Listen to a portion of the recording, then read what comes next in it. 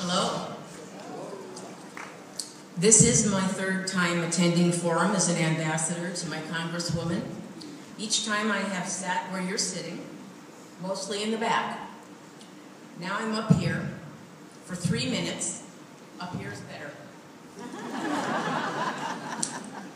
I do have dementia of the Alzheimer's type, atypical. I have never enjoyed being typical in my whole life, so I am comfortable with this designation of atypical. Others find me at best amusing. Joel, who is our executive director in Spokane, looks forward to all of our conversations.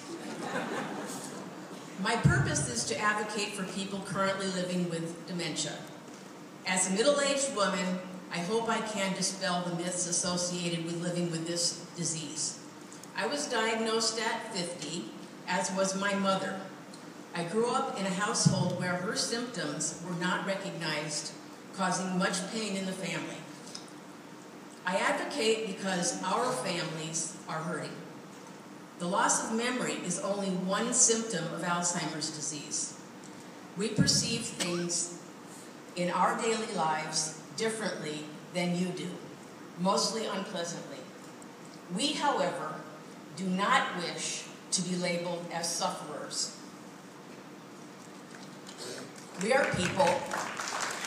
Thank you. We are people who have this disease. We are not the disease. We are not them. If you've met one person with Alzheimer's disease, you've met one person with Alzheimer's disease.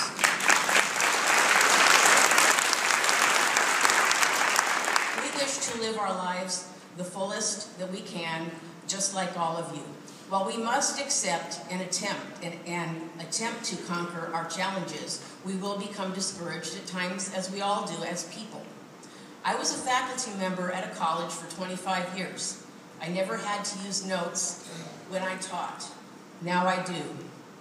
I even am challenged to read this. I have learned, however, that I can wear my new shoes even though they don't match my dress because I want to.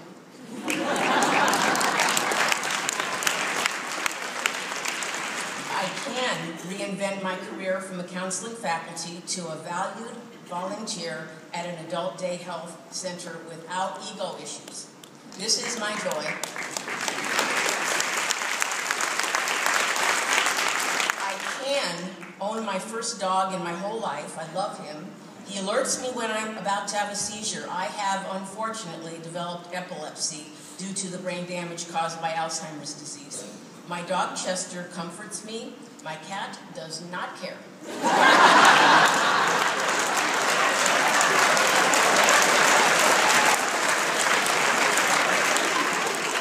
I can build support networks worldwide for people with Alzheimer's disease. One of my peers recently spoke at the Alzheimer's Disease International Conference.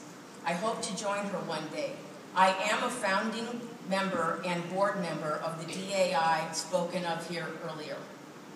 I can travel to the University of California at San Francisco to participate in yearly clinical academic studies as a lab rat.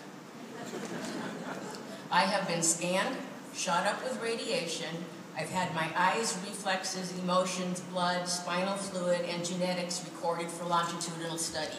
I am in the PET scans that were spoken of earlier, where they're looking at me and following my amyloids or something. I don't have to know that, I have to show up. And as a bonus, they get my brain at the end.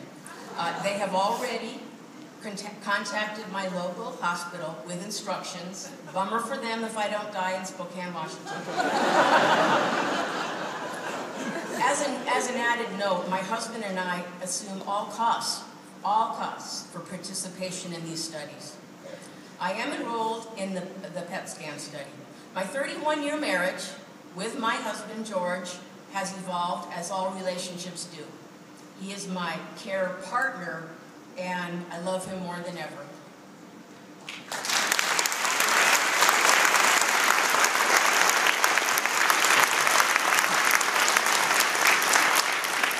very much for listening to my message today. While I wholeheartedly support our quest for a cure, my calling is to advocate for and to develop better services for education for people living with the dementia. I wish to express gratitude to the Early Stage Advisory Group, including Monica and Emily. We are sharing a journey together as friends, sometimes as partners in crime, as we continue to evolve. Thank you, too, to Mr. Harry Johns for considering me to an appointment to next year's Alzheimer's Board of Directors. Thank you for all that you do